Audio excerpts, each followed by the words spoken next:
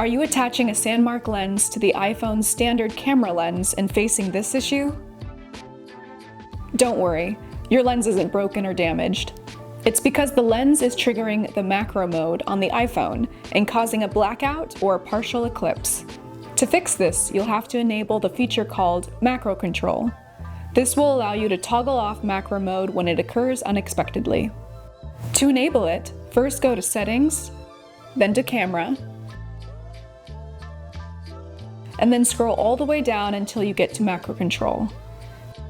Tap to enable. Once you do this, open the camera app, and when macro mode turns on, you will press the flower icon on the screen to turn it off. And then the iPhone camera will focus through the SANDMARC lens.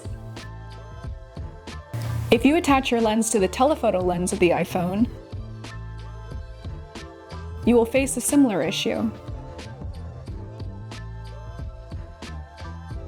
This is because the native telephoto lens does not have macro control. To work around this issue, we recommend downloading a third-party camera app. For photography, we recommend the Pro Camera app. For videography, we recommend the Blackmagic camera app. With a third-party camera app, you'll be able to individually choose the native telephoto lens and then focus the camera through your SANDMARC lens. In addition to being able to choose the individual lens of the iPhone, these apps also have other tools that will allow you to manually adjust settings while you are shooting.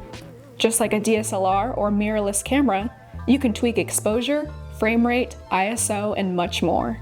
We hope this helps you solve any focusing issues you are having with our lenses. And if you have any questions, feel free to drop them in the section below. If you like this video, make sure you like and subscribe for more videos just like this. Thanks again, and happy shooting!